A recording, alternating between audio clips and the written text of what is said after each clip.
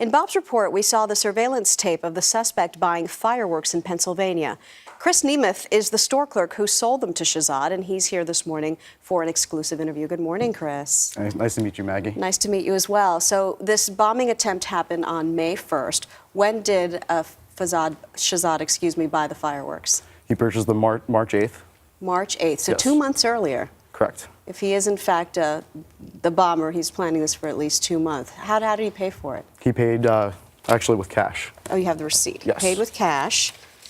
So it was $95. He gave you a $100 bill? Correct. Did you have to ask for any ID or anything when you sold them to him? Yes, it's required by state law that every customer that comes in has to show a permit or a state-issued identification card. What did he have? He had a Connecticut license. With his real name? Yes. So everything seemed to pass the smell test so far. Correct. How much did he buy? He bought 8 boxes, and at Phantom Fireworks, everything's buy one, get one free.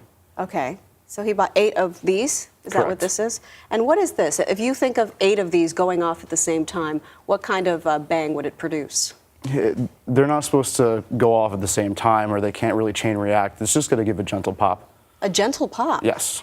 All right. So anything about his demeanor or anything at all that raised a red flag to you that day? No, he came in calm. He's a very unremarkable customer.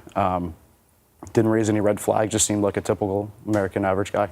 2 months later, after this bombing attempt, the authorities come into your store to question you. Yep. And that's when you see the surveillance video? Yeah. And you think what? It gave me the chills at first. I couldn't remember the day until I saw the video, and then memory started to come back of when he was actually in the store.